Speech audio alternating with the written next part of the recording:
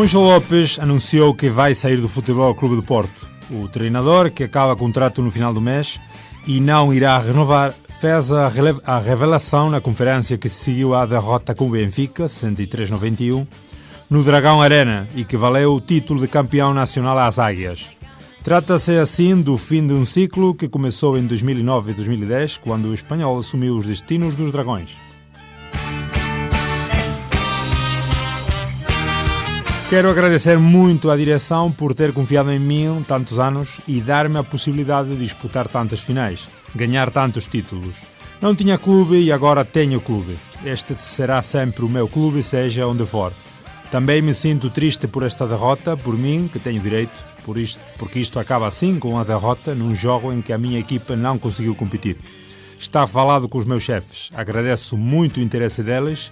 Queriam que eu continuasse. Eu não saio do Futebol Clube do Porto, acaba a minha etapa como treinador, acaba o contrato 30 de junho e necessito parar neste momento de ser treinador em Portugal.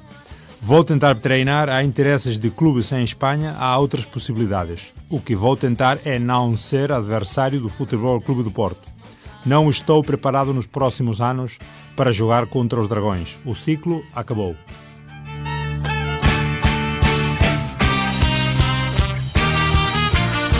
Dá-me pena sair, mas a modalidade está muito bem e entregue e tenho a certeza que esta sessão vai continuar como até agora. Serei um dos adeptos mais fervorosos que o clube terá, justificou Moncho.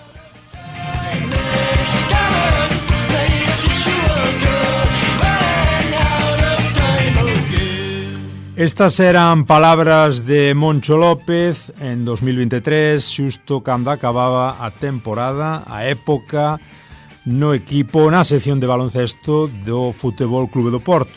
Moncho López, treinador ferrolán que botou nada máis e nada menos que 14 anos entrenando, adestrando en Portugal e que se consagrou como un auténtico ídolo na cidade invicta.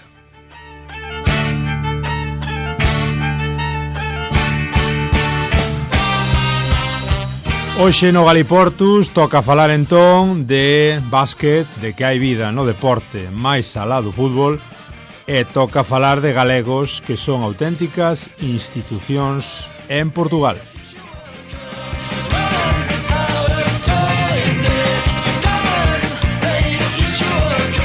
Moi boas, eu son Germán Esteves, o Germano a portuguesa, estades unha vez máis aquí no Galiportus neste vosso espazo galaico portugués, unindo Galicia a Portugal voz a voz unha vez máis e como vos digo, desde aquí, desde Radio Allariz tamén 107.2 da FM con Carlos aos mandos técnicos. Hoxe dámonos un viaxiño para falar cun adestrador que ten moitísimo currículum e que é unha auténtica lenda xa no Porto. Imos con el.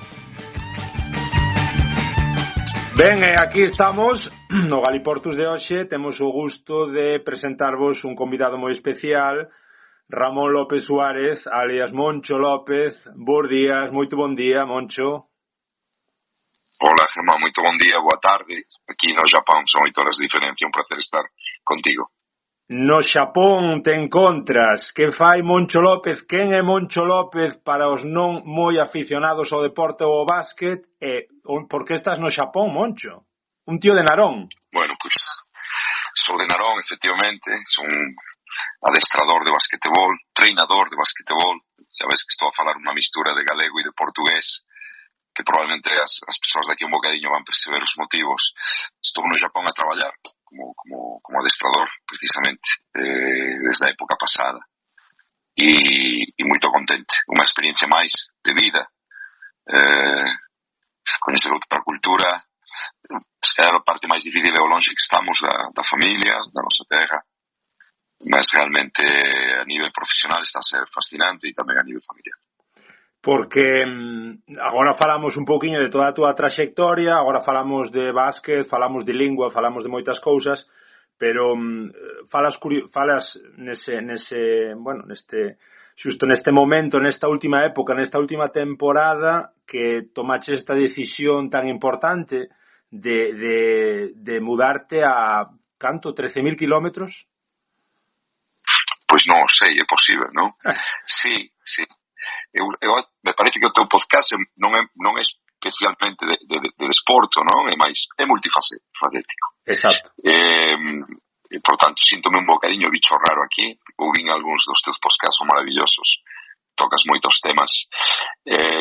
Probablemente temos moitas persoas a ouvir que non están relacionadas co basquetebol, pero sí, eu traballei moitos anos en Portugal e en determinado momento tive un convite do Japón, ya acho que foi a época anterior ao COVID, a Federación Japonesa me tentou contratar, bueno, por diferentes circunstancias, non é que non houvese acordo, eu continuei no Porto, continuei en Portugal, e a época pasada, há 2 anos, a época pasada tive a sensación de que chegaba ao final o meu ciclo en Portugal. As portas en Japón continuaron abertas e aquí estou a 13.000 kilómetros, como tú dices, como adestrador de un pequeno clube da segunda, bueno, con grandes ambicións na segunda división japonesa, que é moito interesante, un campeonato realmente forte, pois tentando continuar a carreira de adestrador aquí no Japón, que a nosa carreira é complicada, o traballo de adestrador non é fácil.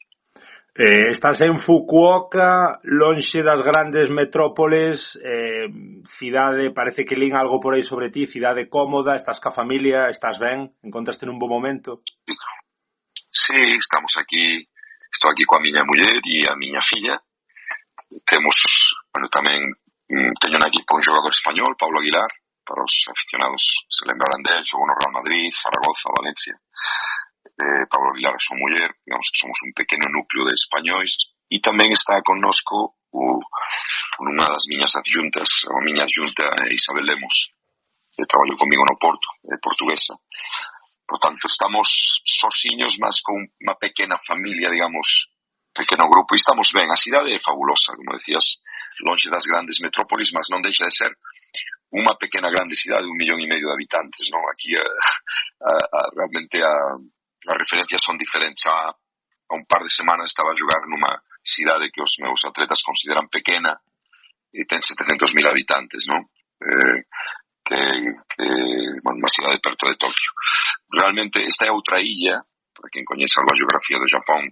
Tokio está nunha grande illa que é Honshu, e a miña illa está, a miña, non é miña, a illa máis ao sur de Tokio chamase Kyushu, unha das illas medianas do Japón, e aquí en Kyushu é onde está Fukuoka. Fukuoka é unha cidade, mas tamén é unha provincia na concepción geográfica que nós temos, non? Imagínate o equivalente é unha prefectura que dicen no Japón. Mas esta illa, Kyushu, ten varias prefecturas, varias provincias, e Fukuoka é o nome tamén de unha das grandes provincias de aquí. Ben, estamos falando con Moncho López, agora, como el comenta, neste momento tan especial, nunha mudanza, un cambio tan grande na súa vida, falamos de un nativo de Narón, adestrador desde hai 30 anos, diplomado en Relacións Laborais, verdade, Moncho, e posgrado en Educación Física?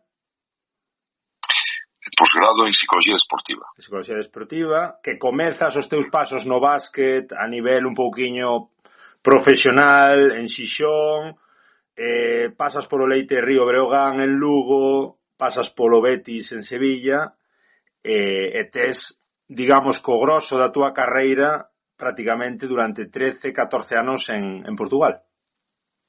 Sí, fui tamén, para que coñece o basquetebol, seleccionador español, en 2003 seleccionador de Portugal e seleccionador de Angola.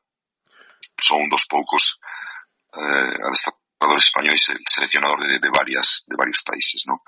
E si, digamos que a miña carreira onde consegui máis títulos, pasei máis tempo en Portugal, no Fútbol Club do Porto, que todos coñecemos en España ou en Galicia como o Porto, probablemente, mas en Fútbol Club do Porto é o clube da miña vida, realmente.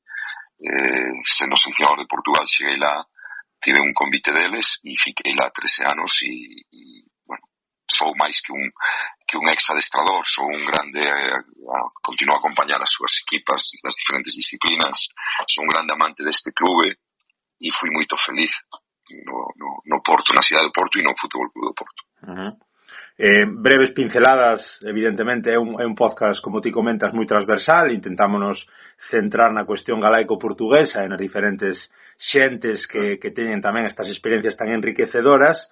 Pero, bueno, comentaba tamén para eses aficionados do básquet que nos están escoitando, efectivamente moi importante o que comentas das seleccións, e comentaba a Escola tamén nunha entrevista, aquel pívot argentino tan tremendo, que o fixeras ti debutar en Xixón. Sí, Escola foi realmente un dos xogadores que marcou a miña carreira. Eu acho que tamén parte do suceso, prácticamente o 100% do suceso que un adestrador pode ter depende dos teus atletas, da cualidade dos teus atletas. Acho que há moitos grandes treinadores que por circunstancias da vida traballan en outros escalóns, non ten a posibilidade de traballar con excelentes atletas como Escola. Isto tamén limita a súa promoción, non, como adestradores. Eu tive a sorte de ter a Escola moito noviño, 17 anos, en Gijón. Pensaban que estábamos loucos os dous, eu por facelo xogar con 17 anos, bueno, pois na Liga Lepouro e depois na Liga CB, e ve onde el chegou. Foi un xogador moito importante no basquetebol mundial, non? Un dos millores xogadores de sempre na Argentina, ganou moitos títulos en España con o Baskonia, xogou moitos anos na NBA, e ten cariño por min. Curiosamente, non mantemos un contacto estreito. Depois desa entrevista que tú falabas, tivemos unha troca de mensajes, mas é un xogador que, bueno, que ten un corazón tan grande como o tamaño que el ten como atleta, non? E ten esas palabras de cariño para mí. E como foi, agora que comentas tamén, agora vamos aos clubes, que me interesa moito evidentemente, esa parte de tantos anos no Porto, pero como foi a experiencia nas tres seleccións? Supoño que a experiencia da selección española foi brutal, aí comezaches un pouquiño, despois pasaches pola portuguesa, e a experiencia tamén da angolana, efímera, pero supoño que tamén tremenda. Sí, foi, bueno, traballos con algunhas semellanzas, mas con unha grande diferenza que é a cultural, non? A social. Entre elas, curioso, entre España e Portugal podes pensar que há semellanzas, mas realmente a selección española é unha das mellores do mundo, compites para gañar tudo, e a selección de Portugal, a selección de Portugal é unha selección que realmente con dificultades competitivas están agora ben, nun bon momento, unha nova geración de xogadores, mas é unha selección, pasei de competir por ser campeón de Europa e clasificarnos para os Jogos Olímpicos a xogar como unha selección que competía para non descer de división na Europa. Mas non penses que foi frustrante, foi unha experiencia fascinante e probablemente aí nasceu o meu amor por Portugal cando tive contacto con os atletas daquela selección, con o seu compromiso, non? E depois está a selección de Angola, que ten semellanzas socioculturais con Portugal. Primeiro, obviamente, a lingua, unha ex-colonia, mas ao mesmo tempo é unha selección dun país africano con outras connotações e que tamén foi unha experiencia fascinante. Foi só un verão, 3 meses de traballo. Ao mesmo nivel que España, competíamos para ser campeóns africanos, ganhamos unha medalla de prata e foi, bueno, como conducir un Fórmula 1 de treinar a selección de Angola, non? É todo moito rápido, en pouco tempo. Foron experiencias moito enriquecedoras as tres.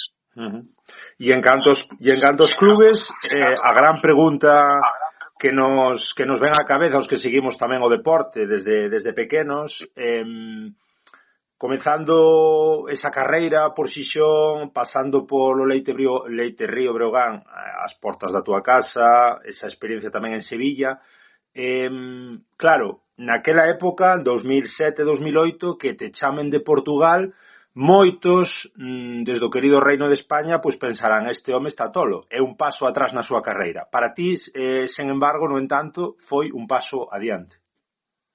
Sí, nem imaginas, Germán, realmente foron as casualidades. Un ano que eu decidí non treinar, estaba precisamente a facer o mestrado en psicología esportiva e un amigo que está en Portugal, Carlos Vaquero, que continúa agora na estrutura do Fútbol Club do Porto. Ele naquela altura non estaba no Fútbol Club do Porto. Nos encontramos de casualidade en Tui, eu moraba en Tui, tiña casa en Tui, e me dixo, olha, a Federación Portuguesa está a procurar dun treinador. Queres o teu contacto? E eu, dales. E pronto, comenzamos a conversar, presidente e eu, fui a Lisboa e aceitei a proposta. E, efectivamente, lembro que o meu agente na altura me decía, é un erro, non pegues nesa selección, tú vens de treinar España, a treinar na Liga CB, a outros clubes importantes a perguntar por ti, vais perder moitos jogos, realmente perdemos moitos jogos. E mesmo amigos tamén, amigos que me decían, a ver se tens sorte e voltas a España, non? E eu, bueno, sí. E quen ia dizer na altura, realmente, eu me enamorei, me apaixonei por Portugal, traballando na súa seleção, na federação.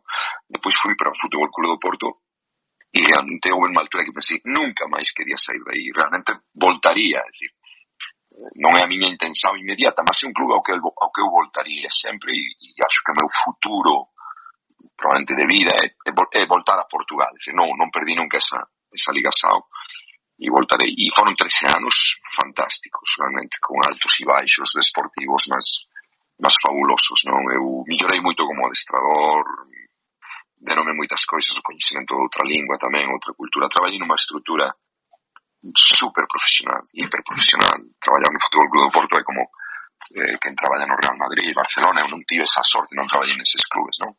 Traballei na Federación Española, que tamén ten grande estrutura, mas foi moito bonito, non? E eu decía aos meus amigos, a ver se teño sorte e fico máis tempo en Portugal, non? Cando eles me decían, a ver se tens a sorte de voltar a España. Sí, para quen faga sempre os símiles ca Liga Española, entendemos que en Portugal quen manda tamén na estructura un pouco dos clubes tamén no básquet, Sporting, Benfica e Porto, verdade? Sí, son os tres grandes, claro, son os tres clubes de futebol, bueno, máis ou menos dominan non só o futebol, realmente están sempre nas decisões, noutras modalidades como handebol, como hockey, tamén son eles, non? Pode haber excepcionalmente outros clubes no basquetebol. A poucos anos apareceu Oliveirense, de Oliveira de Semeis, unha pequena cidade tamén no norte de Portugal, que conseguiu gañar. Sí, Oliveirense, unha equipa que conseguiu gañar 2 veces seguidas o campeonato en basquetebol, mas non é o normal. Habitualmente as finais de prácticamente todas as modalidades deportivas de pabillón xogan Sporting ou Benfica, Porto. Isto é o normal, son dominadores, como tamén acontece en España en algúns deportes, non? Que Real Madrid e Barcelona son sempiternos aí candidatos aos títulos, pois cada modalidade, cada disciplina, pois ten outras equipas, non? Outros clubes. Que medos tes nesa cabeza en 2008, Moncho, cando cruzas o Miño cara abaixo, que tópicos tamén hai establecidos e que pouco a pouco que se vai desmontando, que vas descubrindo, de onde nace ese amor que despois se confirma logo de tantos anos?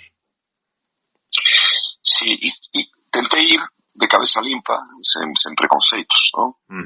Para Portugal, vou traballar a Portugal, sabía que a equipa como potencial non tiña a ver con España, con outras experiencias mías, mas realmente, bueno, e facendo un exercicio que non é difícil de humildade, non pensar, veño do basquetebol español, que é dos mellores do mundo e veño aquí a ser o máis listo.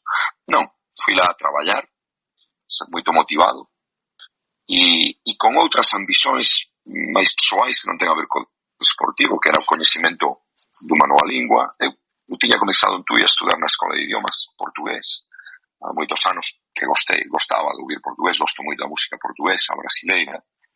Entón, bueno, tamén faz parte das nosas motivacións mesmo como treinadores, non? Procura esas veces cuando traballas no estrangeiro tamén as outras experiencias de vida, non só gañar máis jogos, gañar máis partidos, non? E é con esas motivacións, de máis coñecimento, contacto con outra sociedade. Preconceitos tentei, como te decía, fuxir, porque había moitos. Estamos a falar ainda do 2008, há 16 anos, mas había algúns. E morando en Tui, que é unha cidade raiana, há máis algúns, non? É curioso, dun lado e do outro. Gostamos moito uns dos outros, mas tamén, honestamente, sempre há alguma coisa que a quen diz. E eu tiña, pois, algunhas persoas próximas, por amizade, por familia, que tamén eran algo resistentes. Non vais lá, non tens que ir a Portugal, isto non pode non ser bom para a tua carreira, vamos ver como te tratan. Há un ditado que dis, en Portugal sabes como entras, non sabes como sais, aquelas coisas. Eu honestamente, eu sou un excelente embaixador de Portugal, honesto, só posso falar ben, só posso dizer coisas boas. Somos moito máis semellantes entre nós do que as persoas poden imaginar, e obviamente tamén há grandes diferenzas, mas somos moito semellantes, e esencialmente os galegos, e con o norte de Portugal existe unha fronteira física, já non? Mas realmente os comportamentos sociais son moito semellantes, a lingua é moito semellante. Eu fazia este exercicio moito en Portugal, cando me sorprendía o descoñecimento que eles ten, os portugueses, da nosa diversidade lingüística e moitas veces da identidade nacional, cultural que temos os galegos, non? E eu decía, pues galego e portugués non son así tan diferentes, tal. Amigos meus portugueses que non gostaban de ouvir aquilo, cando falaba de que o galego portugués tal, porque tamén percebí, acho que as gerações actuais non, que tamén a súa formación académica non é un asunto que foi perfeitamente estudado e abordado, non? E porque tamén entendo que houve que salientar a súa identidade como nación e diferenciarse. Nós non deixamos de ser galegos parte do Estado español. Entendo que isto aconteceu. Desculpa que non sou un especialista neste asunto, sí. Non me quero meter nos charcos, mas esta é a miña percepción, sí. Simples, falando os meus amigos. Eu fazia este exercicio. Ás veces viña algún amigo a casa ou levaba ao pabillón un libro en galego, unha novela, e abría e decía, flipaban porque, mas que é isto? Isto é portugués, parece. Entón é aí cando algúns tomaban realmente consciencia de que, olha, temos dúas linguas que podían ser unha mesma ou son unha mesma, é dicir, un determinado dúas linguas que podían ser ou son unha mesma, non? Con diferentes evolucións, separaron os seus camiños, e gostaban. Cando realmente, e eu aquí, até con algúns dos meus mellores amigos portugueses, eu facía un libro en galego, tranquilamente, unha novela, un romance, como dicen eles, e eu devorei literatura portuguesa, mas me sorprendía ese descoñecimento que había do lado deles, non? En relación a iso. É curioso, e ainda agora é como se identifican moito con a situación de Cataluña, e há do lado, falo das persoas con que eu teño máis contacto, moita comprensión, con reivindicación que parte do povo catalán ten relativamente a independencia, mas nem pensan que na Galiza pode haber un sentimento, ou existe un sentimento semellante, e que tamén temos un idioma propio. É curioso, non? Isto é algo que me sorprendía, porque até a proximidade geográfica con eles que estamos aí, non? Estamos colados. Partillamos ríos, partillamos estradas, partillamos montes. Falas de inmersión lingüística, falas de inmersión cultural, falas de partillar novela, romance, de coñecer, evidentemente, vai tamén na túa capacidade de aprendizaxe, que non todo o mundo a ten. Unha pregunta que me ven tamén perfecta é que, non sei que che parece ao respecto, hai un nivel no básquet superior con relación ao fútbol, que é o deporte máis coñecido, a esa hora de ir a outro país, xogar noutra liga, intentar, digamos que como básquet, que é ese deporte máis disciplinado, máis de equipo, máis solidario, e o fútbol, como que se evaporan un pouco estas cuestións. Eu vou a tal país, e, bueno, se me exixen o idioma ou a cultura, a mínimos, marcho, cobro e voume. E no básquet, xa non digo en ti como treinador, nos xogadores, ves outra cultura, ves outra capacidade de querer aprender? É unha boa pregunta, Germán, complicado, porque non quero ferir susceptibilidades. Non teño un coñecimento profundo de como son os futbolistas, non? Os jogadores de futebol. Mas realmente no basquetebol sí acontece isto. Acho que somos unha modalidade na que há máis, non máis que no futebol, mas há moita mudanza de país, de un sitio a outro. É un desporto moito táctico, con moita linguaxe táctica, onde é moito importante a comunicación. Somos só 5 atletas en campo, moitos descontos de tempos mortos, non? Que decimos en galego. Por tanto, é necesario integrarse lingüísticamente, é importante coñecer. Temos un exemplo con os atletas dos Balcáns que ven jogar a España, croatas, serbios, montenegros. Algúns, eu A mí me aconteceu no Brogan de falar con un rapaz en maio para contratalo, con un traductor, porque nem falaba inglés, só falaba o seu idioma era de Montenegro, e cando chegou en agosto na preépoca já falaba español. Portanto, nun mes e medio já falaba algunhas palabras de español. Acho que sí, que no xogador de basquetebol a esa intención. Non sempre no xogador americano. Os americanos ten a sorte de que casi todos falamos inglés, mas sí existe iso. E agora que vou relacionar isto, non é exactamente a tua pergunta, mas, por exemplo, no xogador de basquetebol portugués, e neste momento, tanto xeracións anteriores como as actuais, moita vontade migratoria, moita vontade de experiencia, todos de querer ir xogar lá fora, e este ano na segunda Liga Española, na Lebouro, están algúns dos millores xogadores jóvenes portugueses a xogar. Elevaron o nivel da Lebouro, da nosa basquetebol en España, e é bom tamén para o basquetebol portugués isto, mas eles queren facer parte queren xogar fora, queren ter esa experiencia. É un pobo de migración, non o portugués como o galego. Sí. Tú notas que evoluiu tamén a calidade técnica e táctica do desporto, do básquet portugués. Bueno, xa sabemos que o fútbol é unha barbaridade para un país de 10,5 millóns de habitantes o nivel que ten o fútbol en Portugal, dos primeiros do mundo. Hai outras disciplinas nas que Portugal tamén salto de altura, non sei, en competicións relativas ao atletismo. En básquet, que bueno, a xente, unha persoa media Sí, decía que en básquet comentas a cuestión migratoria, hai moitos países de primeiro nivel, digamos, en Europa, España, Italia, ligas potentes, que claro, perciben que hai esa mellora, que hai ese xogador de básquet portugués que comeza, despois destes anos nos que estiveches tú por Portugal, hai maior nivel? Sí, o nivel do basquetebol aumentou. Eu non sou responsável disso. Eu fiz parte do basquetebol portugués durante 13 anos, terei posto o meu graniño de areia, probablemente. Mas o nivel dos treinadores portugueses é bom, é moito bom. O basquetebol portugués non é mellor, non é máis forte, porque falta investimento.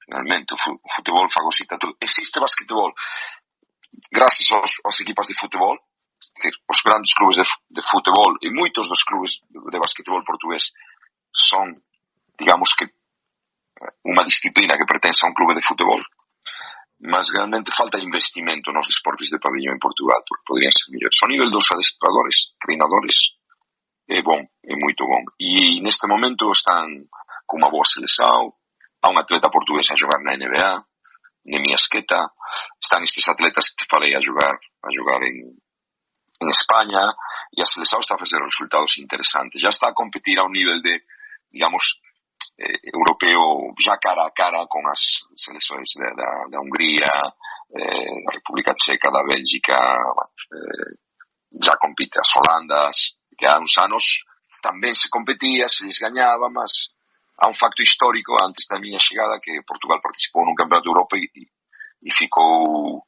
acho que na 7ª posición ou non, agora teño dúbidas, con un adestrador ucraniano, Valentin Melinchuk. Mas foi un facto histórico moito isolado, non? Mas agora está nun bon momento e millores xogadores, sí, e subindo o nivel. Volto á cuestión. Non me atribuo ese mérito, Non. Eu quería me referir non por atribuirche o mérito, sino porque tamén estás nuns anos moi importantes, en máis dunha década, e hai avances, como comentas. Entón, queríate sinalar como parte importante desa mudanza a nivel xeral, non porque foras o mellor nin o único, que tamén. E digo, chegas co teu galego de Narón, comentas que vives en Tui, tes esas inquedanzas por aprender, por mellorar, por mudar ese sotaque. Coméntanos un pouco algunha anécdota dese Moncho de 2008 que chega seguro que con moitas incertezas a nivel lingüístico e sociocultural, e o Moncho que se vai do Porto no 2022. Que semellanzas, que diferenzas? Sí, mesmo que non o pareza, o meu portugués é mellor agora. Cústame máis falar galego, teño noção de que non estou a falar galego. Galego eu sou galego parlante, era galego parlante, miña casa falase galego, meu pai só fala galego. Mas é curioso como é de invasiva unha lingua cando se asemella tanto. que é o que me aconteceu a mí en Portugal, e é impresionante. Eu agora tento falar galego e teño que estar lá na Galiza, pasar uns días e consigo reestruturar algo, mas porque senón aparecen as palabras en portugués mesmo. Acho que a estrutura gramatical das frases que utilizo é portugués e digo moitas. Mesmo o meu español está já moito condicionado pelos anos de estar en Portugal. Eu pensaba en portugués, eu soñaba, ainda agora acordo e digo palabras en portugués, non? É curioso. E cando cheguei, pois, ao contrario, claro, falaba galego e utilizaba palabras en galego, e algunhas son falsos amigos. Decía preto cando quería decir preto é negro, cando eu estaba a adestrar a jogadores, sabes? Eran aquelas coisas Había moita piada, moita brincadeira co tema dos pretos cando dicías a palabra, supoño que terías xogadores. Sí, era unha destas. Quero pensar algunhas outras palabras así conflituosas. Bueno, aprendí logo as asneiras, como dicen, os tacos. En 2 semanas já estaba a dizer os tacos só en portugués, mas realmente há algunhas palabras que son máis complicadas, sí. Realmente a de gravidade, con nos decimos Sí, comentábasme dos falsos amigos de gravidez, estas cousas. Eu me barallaba todo. Lembro precisamente un día nun treino que diz que temos aquí un problema grávido. E começaron a rir todos, non? Está grávido o problema, estas coisas, bueno, pois acontece. Ainda, e é engraçado, mira, ve agora teño un xogador español na equipa aquí no Japón, non? E falando con ele en español, de vez en cuando meto así alguma portuguesada. Mas que para mí é moito normal, mas que ele faz confusao. Ainda no outro día decía, Pablo, si nos movemos aquí así desta maneira, si te mueves así, libertamos espacio. Acabou o treino e o tipo ven e dice, Moncho, libertamos... Creo que te entendí, pero isto é portugués, non? Ou depois outra coisa, non? En Portugal se diz moito, cando nos decimos podes facer isto, ou si logras facer isto, en Portugal se utiliza moito o consegues. Mas a nos conseguir, en español, acho que é unha palabra con un bocadito máis como desafiante, non? Como de reto. E eu teño moito eso. Falando en español, digo moito, a ver si consigues hacer. Entón o atleta me dice, joder, claro que consigo. No, tipo, non sei se é extraño, non? Isto, mas bueno, é normal e persoas que falamos varias linguas, pois eu sou capaz aquí na equipa no Japón de dicir unha frase inteira e agora comenzo a falar algunhas palabras japonesas, comenzo a frase en inglés, meto no medio unha portuguesa, continuo en español e acabo con unha japonesada, non? E já non falo nada, Germán, realmente. Já non falo nada. Non sei como me entende. Justamente interésame tamén a cuestión do inglés. Evidentemente este non é un podcast só de lingüística, pero, bueno, forma parte da estrutura da cuestión, co galaico portugués. E claro, se tocamos o básquet, hai unha lingua que é hexemónica, que é o inglés, que non acontece noutros deportes, e si no básquet que vemos nos tempos mortos moitas veces calquera treinador falando, digamos, pola importancia que ten tamén moitas veces ter xogadores americanos, pois tirar de inglés. Digamos que isto acontece así no Xapón, en Portugal, en todas partes, menos en España. Como ves a cuestión? Sí, hoxe en día é difícil ya encontrar un treinador de bon nivel que non fale inglés, é moito difícil. Cá no Japón ainda non há moitos treinadores japoneses que non falan inglés e traballan con traductor. Eu teño traductor na equipa, mas é porque os xogadores, os atletas japoneses, nen todos perceben inglés, non? Mas faz parte da nosa formación, realmente. E tú mesmo que non estudes inglés, só para estudar basquetebol, se tú queres evoluir como treinador, acabas por ter que ler e que ver e moitas comunicacións que son en inglés, non? E por aí vais mellorando. E no meu caso, pois que traballei en Angola non utilicei o inglés, non? Mas estando en Portugal, estando tamén en España, estás en contacto con xogadores de todas as nacionalidades, falas con agentes. Agora estou a traballar no Japón, o inglés é hiper necesario. E depois está a propia linguaxe estratégica, técnica, que o basquetebol foi inventado nos Estados Unidos e por tanto, moitos dos conceitos de basquetebol ten unha palabra inglesa que é máis curta, que todos entenden logo. Decir pick and roll, podes decir bloqueio na bola, obviamente, mas non, podes dicir bloquear e continuar hacia dentro, mas pick and roll fica mellor, body check fica mellor, non sei, flare screen, pin down, son palabras, faz parte do idioma estratégico do basquetebol e son vocablos en inglés. É fundamental coñecelo. 15 títulos no Futebol Clube do Porto, Moncho. Xa sabemos que os títulos non son todo, pero dan moito caché, moito nome.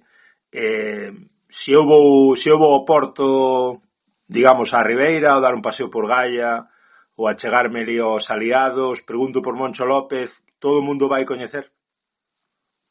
Non sei se todo o mundo, mas moitas persoas e probablemente con un sorriso. Quero acreditar que sí. E en algúns cafés probablemente te ofrecen un cafeciño ou dicen que fica na miña conta, mas realmente sí, me sentí moito querido. Unha das coisas que me apaixonou de Portugal é como as persoas me trataron e o Futebol Clube do Porto ten unha grandísima masa social e son mesmo fanáticos protetores dos seus e a mí me sentiron como seu e ajudaronme moito e acho que son unha persoa que sí, que na Ribeira probablemente son un nome e moitos se lembrarán. Algúns se poden confundir e dirán, este era o handebol ou de basquetebol? Saben que fiz parte da familia do Futebol Clube do Porto. Eras o galego, eras o español, había algunha cousiña aí entre aspas? Ou simplemente o Moncho? Para que non gosta de min e que non eran do Porto, probablemente eu era o español. Mas no Porto mesmo, lembro un dos millores presidentes do desporto mundial que Nuno Pinto da Costa, o presidente do Futebol Clube do Porto, cando falaba de min falaba dun galego, o Moncho é un galego do Porto, diz moito isto, sí, Moncho é un galego do Porto e sou o galego, no Porto eu sou o galego, sí. Como foi a relación con Pinto da Costa, que como comentas é unha personaxe, para que non coñeza, moi importante na historia do Porto, unha especie de lendoiro, salvando as diferencias que seguramente quen lle dera a lendoiro, non? Os anos que leva tamén Pinto da Costa no Porto, que é unha auténtica barbaridade. Chámanlle pouco menos co emperador. Sí, é unha eminencia. Pinto da Costa ten moitos anos de dirigente, de líder dunha das mellores equipas de futebol do mundo, dun grande clube eclético con máis disciplinas, moitos títulos. É unha persoa brillantísima, inteligentísima, un apaixonado pela poesía. A súa grande paixón é o seu clube, o Porto. É un vencedor que te transmite isto que hai que vencer, mas ao mesmo tempo a súa inteligencia, a súa experiencia fazse tamén perceber que nem sempre se consegue vencer, mas ele exige atitude, exige compromiso, mas ele entende tamén que ás veces a derrota faz parte dun proceso de vitória, non? A posteriori. Para min foi non tive un contacto fluente permanente con el, mas sí moitas veces, moitos encontros, moitas conversas. Cando el viña a ver xogos de basquetebol ao noso pabillón, tiña sempre a diferencia de aproximarse do meu escritorio, entraba, falaba algunhas palabras comigo ou a pé de campo, no banco, e para mí é unha persoa que merecía ainda máis recoñecimento. Acho que ás veces son persoas moito expostas, non? E, por tanto, líderes de unha sociedade esportiva crían tamén os seus propios haters, non? E inimigos, e, por tanto, ás veces há información distorsionada e há intereses en difamar, mas realmente tentei en contacto con el, percebe a grandeza de espírito desta persoa, de coñecimento e despois están os factos, os resultados. O que ele conseguiu do Futebol Clube do Porto e o que continua a ser o Futebol Clube do Porto e que é o presidente con máis títulos da historia do desporto mundial. Unha auténtica eminencia. Estamos xa acabando, Moncho. Que lle dirías a un traballador galego que pretende ser transfronteirizo? É dicir, a un traballador pois novo, hoxe, 20 e pico, 30 e pico anos, que quere facer a súa carreira fora de Galiza. Moitas veces parece que estamos orientados a marchar cara a Madrid, a marchar cara a París, a marchar cara a Londres, outros mercados. Merece a pena intentalo en Portugal? Mais alá de que tú eras unha experiencia de éxito. Non, merece absolutamente, porque acho que a integración é máis fácil, ok? E há un país maravilloso por descubrir. Há un handicap, obviamente, que é o nivel salarial en Portugal é baixo comparativamente con outros países europeos, comparativamente con España. Acho que ese é o grande handicap. Mas, e especialmente no sector público, non? No ensino, os profesores, que son dun nivel altísimo, temos salarios de sanidade ten un nivel altísimo, acho que vale a pena a experiencia. Ninguén vai a Portugal e se arrepende. Eu acho, non coñezo a ninguén, probablemente a de todo e habrá persoas que poden ter tido algún azar, mas vale a pena. Acho que é triste, a mí me entristece ás veces o descoñecimento que há tamén da nosa parte en relación a Portugal. Non son isto que tú estabas a dizer, que debíamos de apontar os nosos ollos e os nosos objetivos, e se pode traballar e morar lá perfeitamente, e entender o que son. Pensa que no noroeste peninsular as grandísimas, nós temos fabulosas cidades como Vigo, as nosas cidades galegas, depois as capitais de provincia, mas grandes cidades do noroeste peninsular son Lisboa, Porto, e nós ás veces estamos a pensar só temos que ir para o Mediterráneo, temos que ir para... Non, mesmo cando procuramos socio, procuramos cultura, acho que deberíamos de ser máis inteligentes e entender que Portugal é un país que nos pode dar moitas coisas, ten moito para nos dar. Despois, bueno, un pouco xa me comentabas ao principio, non? Que mitos se foron eliminando da túa cabeza, é dicir, en 2022, cando te vas de Portugal, que moncho consolidado en ti mesmo, di, pois, a verdade é que non me parecía en nada aquel de 2008, aprendín tantas cousas, máis alá da cuestión lingüística e social, que poder, que ves en ti de diferente, que cuestións con relación a Portugal? Bueno, a experiencia de vida, traballar nun clube, como te falaba, tan importante, a exigencia de ter que competir sempre para vencer, me fez de mí mellor treinador, me preparou para traballar no Japón. Eu agora conseguiría trabalhar en cualquier outro país, e acho que nisso Portugal me deu unha base importante. Realmente, se calhar tive esa sorte, non? Que o meu primeiro paso internacional foi nun país como este, que me acolleu tan ben. Eu teño depois, a un lado humano, que eu teño unha filla que naceu en Vigo, mas con 2 semanas foi para Portugal. Tú preguntas á miña filla o que ela te vai dizer que é española, mas educouse durante 11 anos en Portugal, fala portugués, ela sí que fala portugués perfeitamente, non é así, tan ben como o español, ás veces diría que até mellor, non? Só a lingua mai. Por tanto, acho que isto me vai permitir ter sempre unha conexão con este país, e acho que iso faz de min tamén pois un mellor home, é dicir, eu posso voltar a morar en Portugal perfeitamente, non necesariamente por traballo.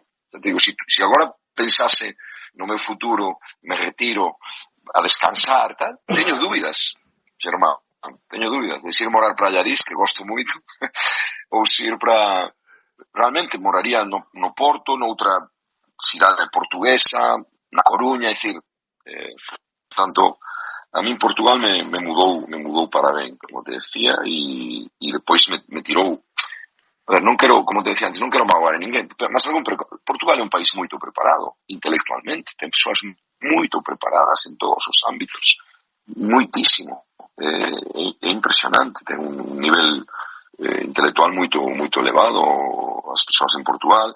Cando eu cheguei, acho que agora máis apertura para España, mas se vi un país tamén con moita conexão con o Reino Unido, realmente moito virados, sabes, para a música british ou para os Estados Unidos, parecían máis europeos en algunhas coisas do que somos os españois, menos mediterráneos, mas acho que neste momento, 2024, já moita máis fluencia de un lado ao outro, já se derrubaron algunhas barreiras, acho, algunhas crenzas, algunhas barreiras sociais entre unha sociedade e outra. E se te chama, por exemplo, Breogán ou Obradoiro, que para os que non estedes moi habituados ao básquet, falamos de Liga ACB, de equipos galegos que están na ACB, te volve chamar Pinto da Costa, esa decisión sería complicada ou escollerías voltar ao Porto por riba de ir á ACB?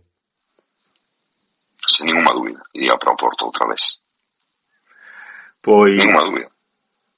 Pois con este amor Con este amor polo Porto e por Portugal despedimos a Moncho López. Foi un placer contar contigo, que tiveras este tempo para nos atender.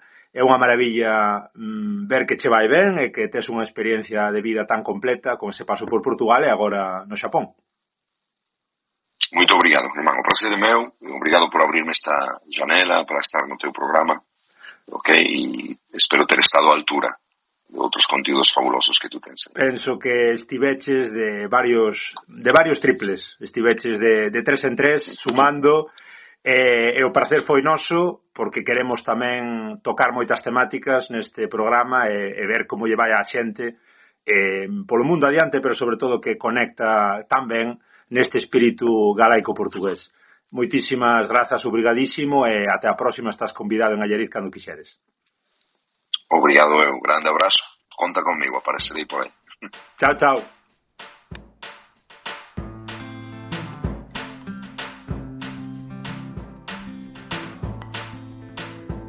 Xa vistes que foron minutos de radio moi interesantes.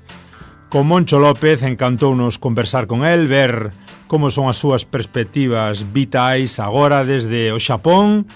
Ata aquí o episodio de hoxe. Imos ir acabando.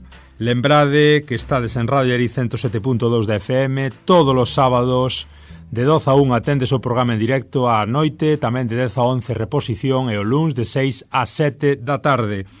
Estamos, como sempre, en redes para que nos sigades en Instagram, en Twitter, en Facebook. Podedes nos escoitar Spotify, en iVoox, en Pod Galego. Tamén estamos en Apple Podcast. Como sempre, dúbidas, suxerencias, queixas e curiosidades podernos enviar a galiportuspodcast@gmail.com. Hoxe este episodio tan interesante, tan deportivo e tan en clave migratoria, en clave tamén de éxito, de suceso, acaba cunha recomendación por parte de Moncho López, unha música que para él representa boa parte desa vida que pasou en Portugal e que non desbota de que se volta a repetir. Eses 14 anos en Portugal de Moncho López, deste fantástico míster, resúmense, como el nos dixo, no tema de Marisa, na fadista Marisa, o mellor de min. Co tema de Marisa, co mellor de min, acabamos por hoxe. Chao, chao, ata a próxima, obrigado.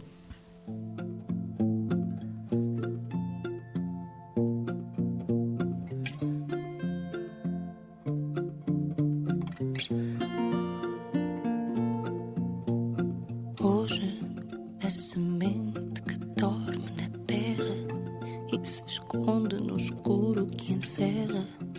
Amanhã nascerá uma flor. Ainda que a esperança da luz seja escassa, a chuva que molha e passa vai trazer numa gota amor. Também eu estou à espera da luz. Deixo-me aqui onde a sombra seduz. Também eu estou à espera de mim. Algo me diz que a tormenta passará. É preciso perder para depois se ganhar. E mesmo sem ver, acreditar. É a vida que segue e não espera pela gente.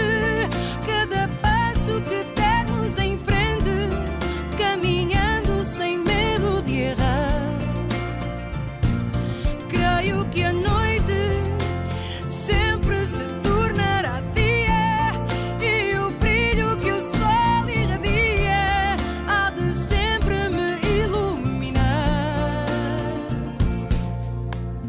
Quebro as algemas deste meu lamento, se renasço a cada momento, meu destino na vida é maior. Também eu vou em busca da luz,